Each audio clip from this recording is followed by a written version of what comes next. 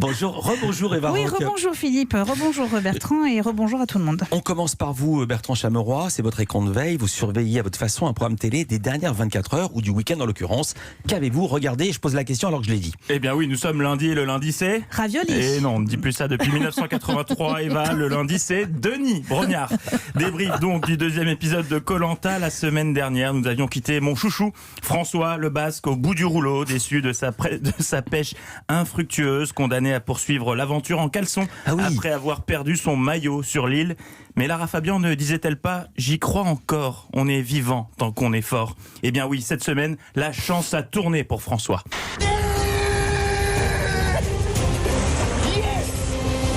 Écoutez-moi cette joie basque, plus réjouissant que la victoire d'une épreuve, plus exaltant que la pêche d'un poisson de 3 mètres.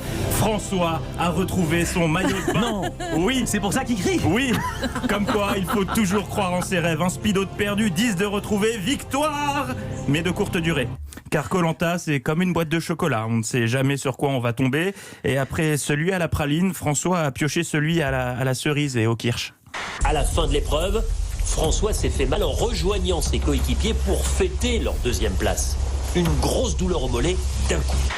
Une blessure sur une célébration d'épreuve à laquelle il n'avait pas pu participer, qui l'a contraint à quitter l'aventure. François, et oui, un Koh-Lanta de seulement 2 épisodes, dont un en slip, mais à jamais dans nos cœurs. Bah oui, non, mais c'est qu'on s'attache à ces candidats, hein, car vous le savez, les émissions de télé-réalité, ce sont avant tout des aventures humaines extraordinaires, mais pas Koh-Lanta. Non, ce jeu, c'est plus que ça. Ce ne sont pas des amis qu'on s'y fait, c'est plus beau, plus fort. On n'est même pas une équipe, on est une famille depuis plusieurs jours, on s'entend vraiment bien. Eh oui, Koh-Lanta, c'est une famille. Quand Aubin parle de Carole, une de ses coéquipières, il le fait les trémolos dans la voix. Moi, ça me déchire le cœur de prendre cette décision-là. T'es vraiment la maman du groupe, mais moi, ça me déchire le cœur. Ça me déchire le cœur de me dire que tu mérites ta place et qu'il faut t'éliminer ce soir. Ça lui déchire le cœur, mais à l'approche du conseil, on sent quand même que le fiston d'adoption s'est fait quelques points de suture au niveau du cœur. C'est vrai que ça m'arrange que Carole puisse sortir ce soir, tout simplement parce que moi ça me permet de rester. Ben oui, une vraie famille, on vous dit.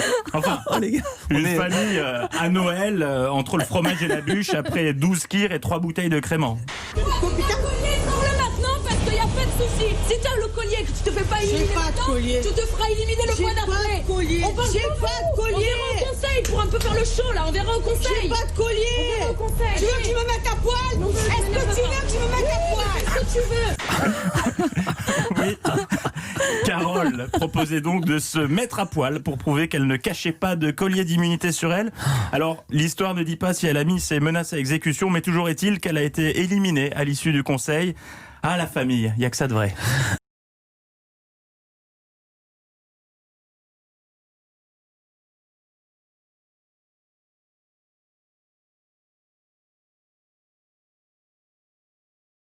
Chameroy, bonjour. Bonjour. C'est l'heure, je l'ai dit, de votre écran de veille, Bertrand. Quand vous allumez la télé, c'est dans les 2 sens. De quoi nous parlez-vous aujourd'hui? De Cyril Viguier. Mais si, Cyril Viguier, la semaine dernière, il a fait la une de TV Mag qui le présentait comme journaliste vedette. Et oui, vous montrez la une, on peut le voir sur europe1.fr. Tout à fait, c'est pas la première fois. Ces dernières années, en une du même magazine, il a été successivement présenté comme le conquérant, le puncher de la télé ou encore le champion du matin.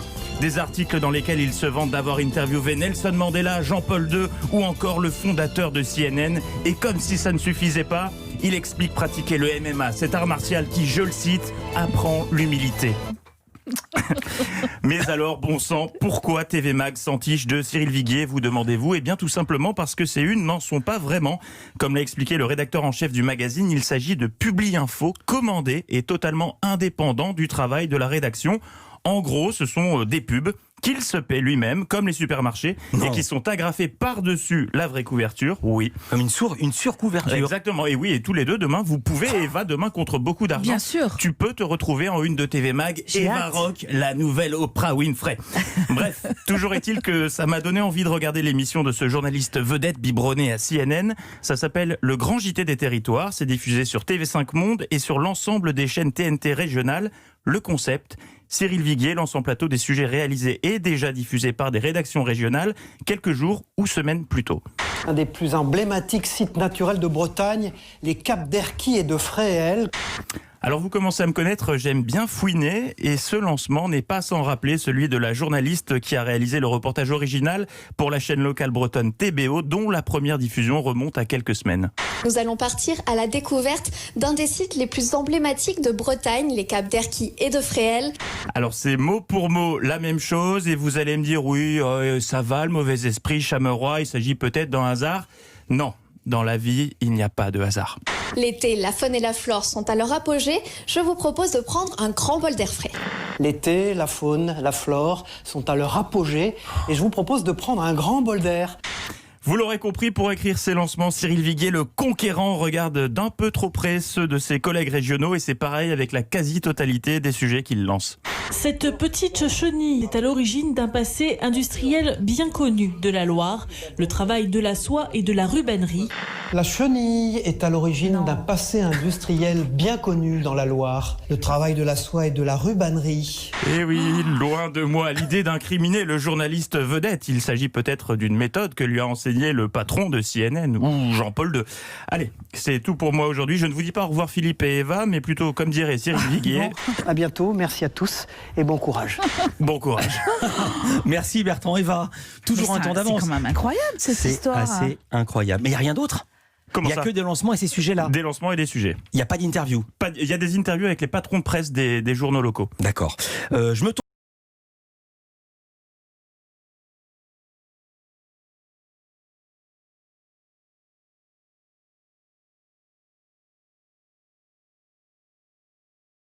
Bonjour à tous. Spécial bonne humeur face à vous, Bertrand Chameroy, bonjour. Bonjour à tous. Spécial tirage de gueule. Peut-être. Pas du tout, pas du tout. Comme chaque jour, c'est votre écran de veille, Bertrand. Et plus les jours passent, moins vous avez d'amis. Mais heureusement, il vous reste votre télé. Qu'avez-vous regardé hier? BFM TV et son magazine Ligne Rouge qui proposait un grand format consacré aux anti-masques. Dans le reportage, la parole était donnée à des activistes aux États-Unis, en Allemagne où le mouvement est très suivi et en France.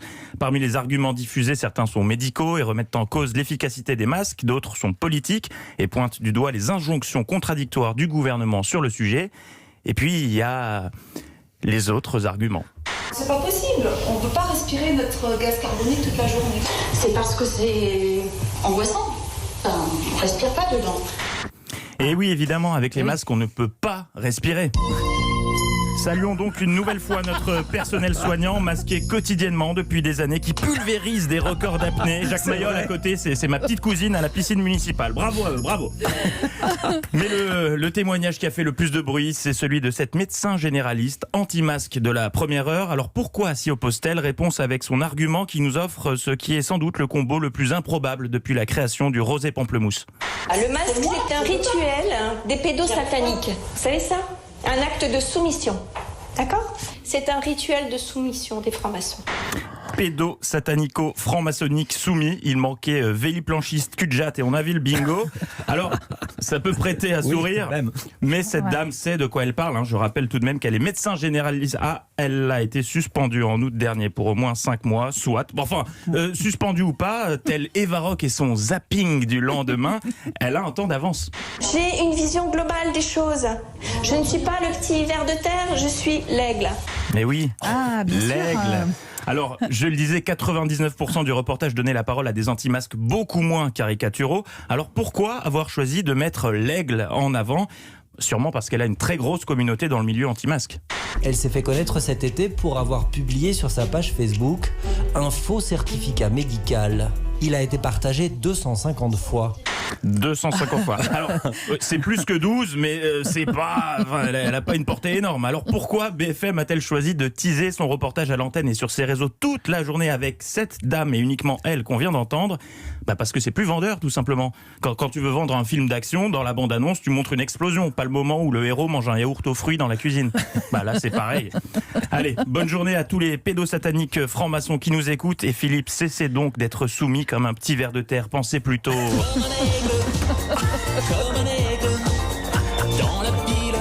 Bertrand Chameroy qu'on a fait tomber les barrières de protection. C'est l'émotion. Les plexiglas, quelle émotion.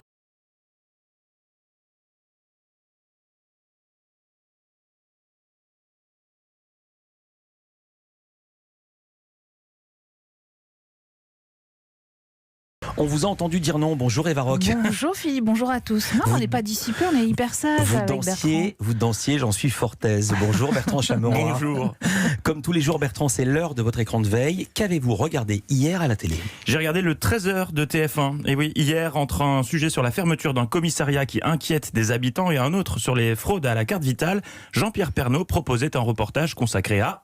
Les chiffres ne le montrent pas forcément, mais dans certaines villes, cette insécurité est réelle, une délinquance qui préoccupe beaucoup les habitants. Par exemple, à Brest, Tara Lagoutte, Julien Desniel. Un sujet sur l'insécurité à Brest, ok, mais est-ce qu'on peut réécouter le début du lancement? Les chiffres ne le montrent pas forcément, mais dans certaines villes, cette insécurité est réelle. Les chiffres ne le montrent pas, mais dans certaines villes, l'insécurité est réelle. Sous-entendu, les chiffres ne sont pas fiables. Nous, on a nos infos. On imagine donc que ce reportage va mettre en lumière ce que les chiffres ne disent pas, à savoir la montée réelle de l'insécurité dans la ville de Brest, illustrée par des faits concrets, florilèges même, des témoignages diffusés. Le patron de ce café est inquiet et préfère s'adapter pour éviter les ennuis. Moi je ferme vers 8h30, 9h. Bon, ça a toujours été un peu ça, mais parfois je traînais un peu. Mais bon, là maintenant, on traîne pas. Bon, maintenant, on fait attention, quoi. Dans le centre-ville, il y a des agressions. Donc le sentiment d'insécurité, c'est pas qu'un sentiment. Voilà, pour attester la montée de l'insécurité réelle à Brest, que les chiffres ne montrent pas, le 13h de TF1 a donc interrogé des gens qui disent que oui, on est inquiet car on a entendu parler d'agression. Rien de plus, des faits. Elle est sacrément pratique cette technique, hein. Ça m'a donné envie d'essayer. Les chiffres ne le montrent pas forcément, mais dans les couloirs, Eva Rock n'est pas une collègue sympathique. Reportage. Dans les couloirs, Eva Rock n'est pas une collègue sympathique. Ah non, c'est pas du tout une collègue sympathique. Hein. Personnellement, je l'aime pas trop. Oui, j'ai entendu des gens dire qu'elle n'était pas sympathique. Non mais ça va pas. Un reportage accablant. Oui, les chiffres ne le montrent pas, mais notre reportage, oui. Mais le sentiment d'insécurité, c'est encore ce témoin du même reportage de TF1 qui en parle le mieux. Plus on a peur, plus on en parle, et plus on en parle, plus on a peur. Et ainsi de suite. Merci Bertrand Chameroy.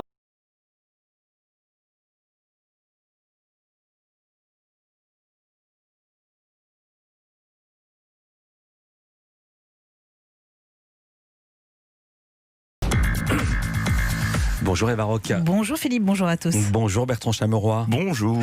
Comme tous les jours, à cet instant, on commence l'heure par votre écran de veille, un moment télé vu à votre façon. Et pour finir la semaine, vous souhaitiez rendre un hommage ce matin. Oui, un hommage à ce héros du quotidien. Il est matinalier. Chaque soir, il rate le début du prime de certaines chaînes de la TNT car il se couche à 22h. Et dès Potron miné à 5h59, il décroche son plus beau sourire et embarque les téléspectateurs pour 3 heures d'infos en direct. Sa bonne humeur et son professionnalisme lui permettent de se hisser sur le podium des audiences. Cet homme, c'est Romain Desarbes, de la matinale de CNews. Mais il est des matins qui sont plus difficiles que d'autres pour lui. J'attendais. Et ce matin-là, c'était hier. Tout a commencé à 6h05 avec cet incident qui nous est déjà tous arrivé, la panne de GPS. Si, vous savez Philippe, vous lancez dans une phrase, mais vous n'en connaissez pas la fin. Ah oui. Et en plein milieu, paf, le GPS qui te lâche. Est-ce que vous serrez encore les mains? Probablement pas. Il y a une énorme majorité de Français qui ne serrent plus la main des personnes qu'on rencontre. Mais tel un chat. 6h05. Mais c'est un chat, 6h05. Oui, et Romain Desarbes. Oui, je fais bien le chat. Oui, c'est bluffant. Romain Desarbes se raccroche aux branches in extremis. Elle était compliquée à sortir cette phrase, mais on a bien entendu le point final. Donc, problème résolu. La matinale peut continuer sereinement. C'est ce qu'il pensait du moins, car 30 minutes plus tard... Voilà, alors il y a un petit souci en régie, on n'envoie pas le bon sujet, mais là on va l'envoyer. Est-ce qu'on a le bon sujet ? Allez, on va passer à une autre information et on va y revenir dans un instant sur le quai d'Orsay. Enfin, sur le musée d'Orsay, pardon. Quand ça veut pas, ça veut pas. C'est sur le même quai, c'est bon. Malgré tout, la confiance reste intacte, car il sait qu'à 7h22, il dégaine la cartouche qui va faire oublier tous les petits couacs. On est en direct avec Elisabeth Bouvet, qui est médecin infectiologue à l'hôpital Bichat.